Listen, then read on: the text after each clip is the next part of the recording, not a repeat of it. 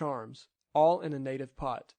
He would be instructed to bury this pot with all its content in front of the church and bury the cross on its top. After the burial, only the cross should be seen. He would be advised to build a pool or keep a basin where spirits would continue to supply special water. This water is what you hear them call holy water. Many people, when disturbed by evil spirits, go to these prophets to cast them out. The truth is, they only add more demons to them. A devil cannot cast out a devil. What the prophet would do is, he will pray for the member and then give him or her a red cloth to put in his or her house, and then would advise him or her to always pray with candles and incenses. By this act, the person invites us into his or her house. Sometimes the member would be advised to bring a goat, etc., for sacrifice. These sacrifices are for us to come and help cure the man. The prophet has no power to cure or heal. Number 2, opening of maternities. If a woman comes to us for assistance in opening a maternity and making it prosper, she would be given this condition. A month would be chosen by us in which all the children born in the maternity would die, but the other months the children would live. If she accepts, she would also be given a charm which would attract people into the maternity. There are such maternities in Onitsha, Lagos, etc.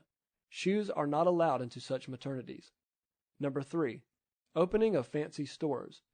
When a man approaches us for assistance in this respect, he would be given a ring with the condition that no woman would be allowed to touch it.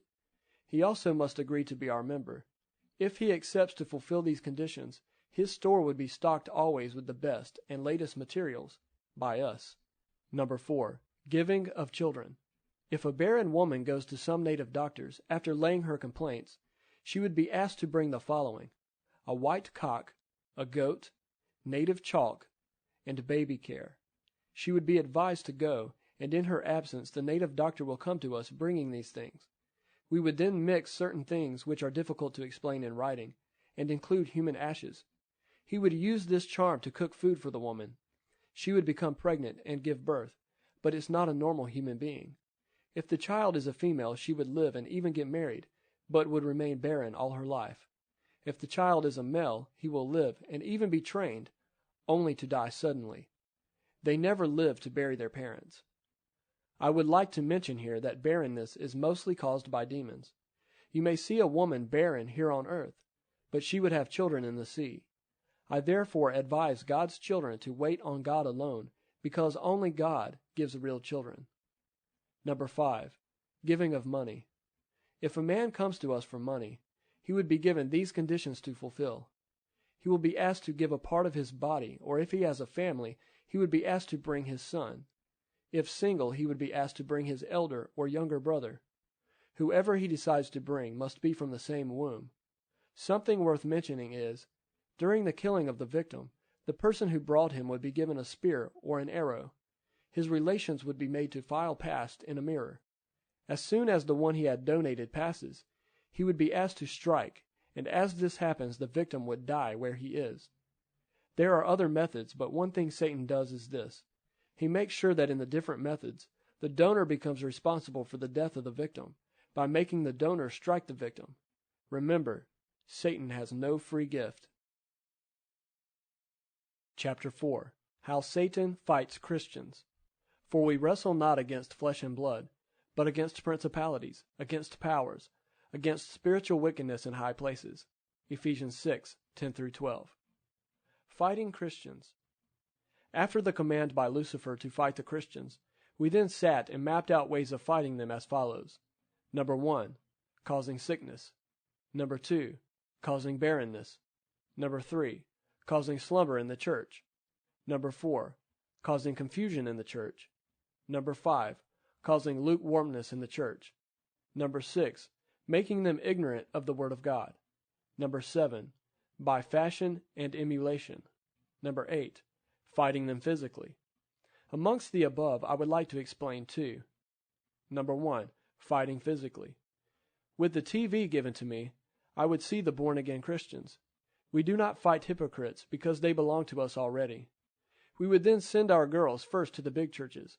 Inside the church, they would be chewing gum or making a child cry or do anything that would distract the people from hearing the Word of God. They may decide to come spiritually and cause the people to sleep while the preaching is going on.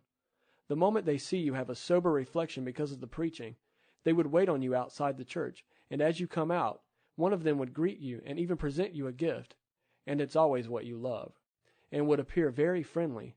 She would do everything, and before you knew what was happening, you had forgotten all you learned in the church. But for a real Christian, one of these girls, after the service, would jump out to greet you and would desire to know your house with the pretext that she was new in town and did not know many Christians around.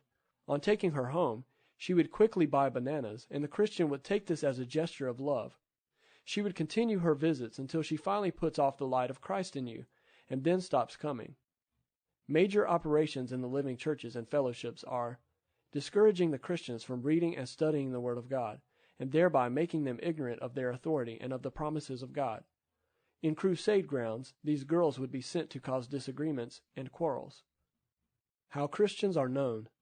The born-again Christians are not known by the Bible they carry always, or the many fellowships they attend. They are known in the spirit world by the light that shines continuously like a very bright candle in the heart, or a circle of light around the head, or a wall of fire around them. When a Christian is walking along, we see angels walking along with him or her, one by the right, one by the left, and one behind. This makes it impossible for us to come near him or her. The only way we succeed is by making the Christian sin, thereby giving us a loophole to come in. When a Christian is driving a car and we want to harm him or her, we find that he or she is never alone in the car. There is always an angel by him or her. Oh, if the Christian only knows all that God has for him, he will not meddle with sin or live carelessly. Number 2, the making of backslidden Christians. As a chairman appointed by Lucifer, I would send these girls to living churches and fellowships. These girls would be well dressed, and after the preaching would come out for the altar call, pretend to have received Christ, and would be prayed for. At the end of the fellowship or service, they would hang around waiting for the preacher, who naturally would be very happy for these new converts. The converts may even follow the preacher to his house. If the preacher does not have the spirit of discernment, she would lure him into the sin of fornication or adultery. This takes place the moment he admires her lustfully. She would make sure he continued in this sin until she finally quenches the Spirit of God in him, and then leave him, mission accomplished.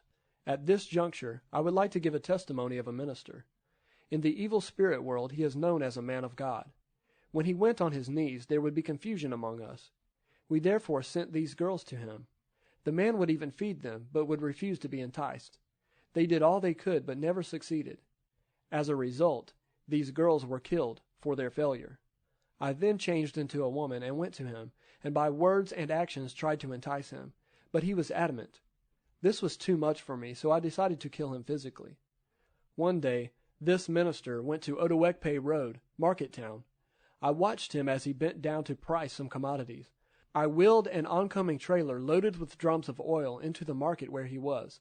The trailer struck the NEPA high-tension pole and fell right into the market, leaving many people dead. But this minister escaped. How he escaped was a miracle. Another day I saw him traveling to the town of Nikpur on foot. I again wheeled an oncoming army lorry loaded with yams to kill him.